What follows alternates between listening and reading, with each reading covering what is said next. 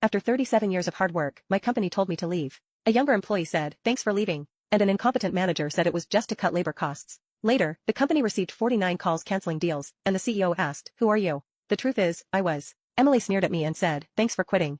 I met her gaze silently, staring back without a word. "It's about cutting labor costs. We don't need a hag who exploits overtime pay at our company," she added, clearly pleased with herself. Tom seemed satisfied too. A week later, I received a call from the company. As soon as I picked up, the president's voice came through the line. "Who exactly are you?" he demanded. I laughed mockingly at his words. "I'm Lily Johnson," I replied. "I turned 59 this year and have been working at this company for 37 years since graduating from college. Our company employs administrative scriveners, social insurance labor consultants, and tax accountants to handle clerical work for our clients. This is particularly popular with company presidents who run their businesses alone and lack time for administrative tasks. We take care of those tasks for them." I worked in the tax department. I had earned my bookkeeping and tax accountant qualifications during college, which is why I joined the company in the first place. Currently, I manage 45 clients, which keeps me extremely busy. Although a part-timer helps with the accounting entries, the workload is still overwhelming. However, I refuse to show any weakness. Our clients have been with us for a long time, and many have faced their fair share of hardships. Seeing them deal with adversity motivates me not to give up. So here I am, sitting in front of my computer again today. Lately, I've been troubled.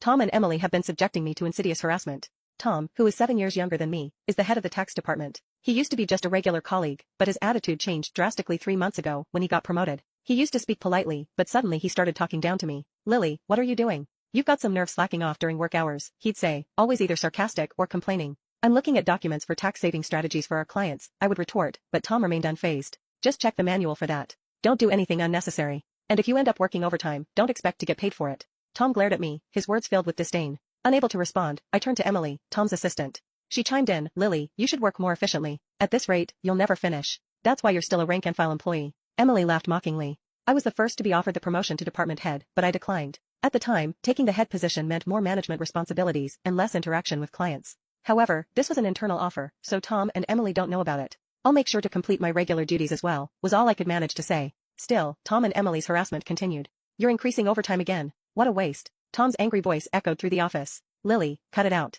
Your constant overtime is dragging down the whole tax department's performance," Emily sighed. The reason for yesterday's overtime was simple. Tom had accumulated a month's worth of declaration forms that needed to be filed by the end of the month. After work yesterday, Tom suddenly said, "Take care of these," and left several client files on my desk. I turned when I saw the files. "Wait, these all have deadlines this month, right?"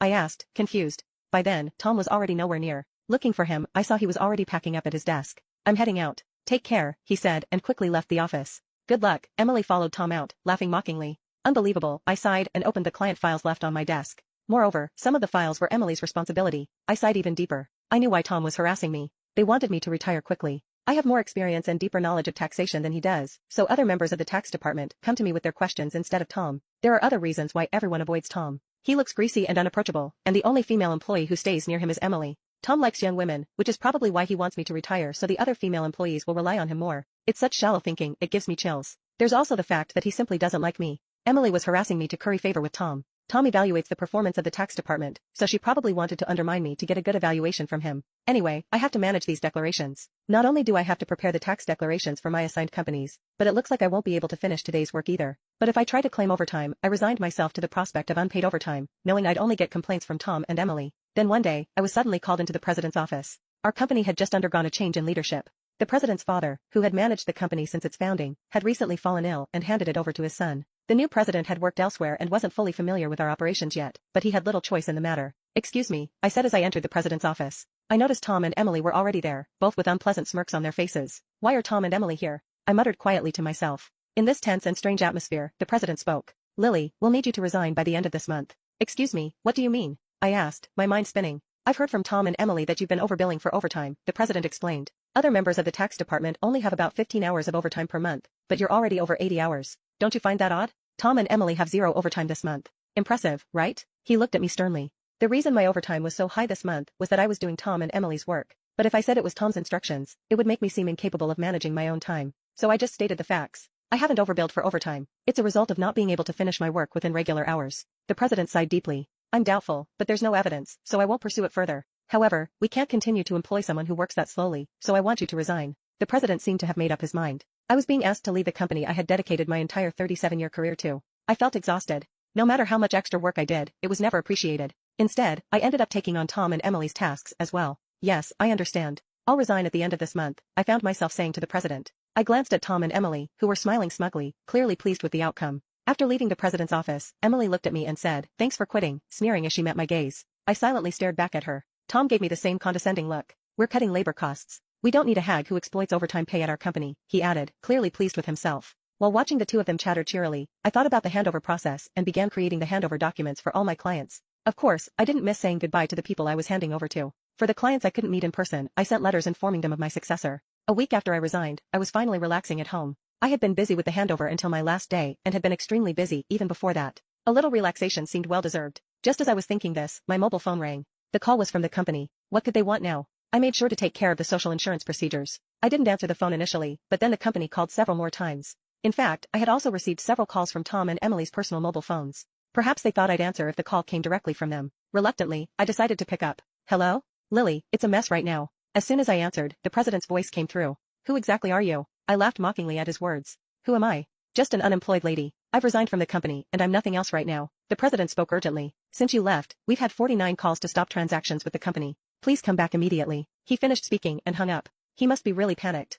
I guess I have no choice. I got up reluctantly and headed to the company. As soon as I arrived, I saw Tom and Emily waiting. Their faces were pale, and they both had dark circles under their eyes. "What's wrong with both of you?" I asked, surprised at their drastic change in appearance. Tom glared at me. "Since you left, we've been getting calls one after another to stop transactions. Not just from your clients, but from prospective companies we were planning to introduce. What did you do?" Emily looked at me with suspicion. I never thought Lily would do something so underhanded. I'm truly disillusioned. The reason they both looked so haggard was probably due to dealing with all the cancellations. Of course, I hadn't done anything to the clients, but I had a guess as to why they were canceling their transactions. "Well, the cancellations might be unavoidable this time," I muttered. Tom yelled, "So you did do something, didn't you? Get to the president's office now." He took me to the president's office. "President, I brought her," Tom declared forcefully as he opened the door. Emily followed quickly behind him. "Oh, I've been waiting," the president said, looking me in the eyes. Tom accused me as if I were the culprit. "It appears that Lily was involved in the cessation of transactions with our clients. We should not only make her resign but also sue her for damages," Emily argued vehemently, though she spoke carefully in front of the president. Ignoring them, the president turned to me and asked, "Why did so many companies stop doing business with us after Lily left?"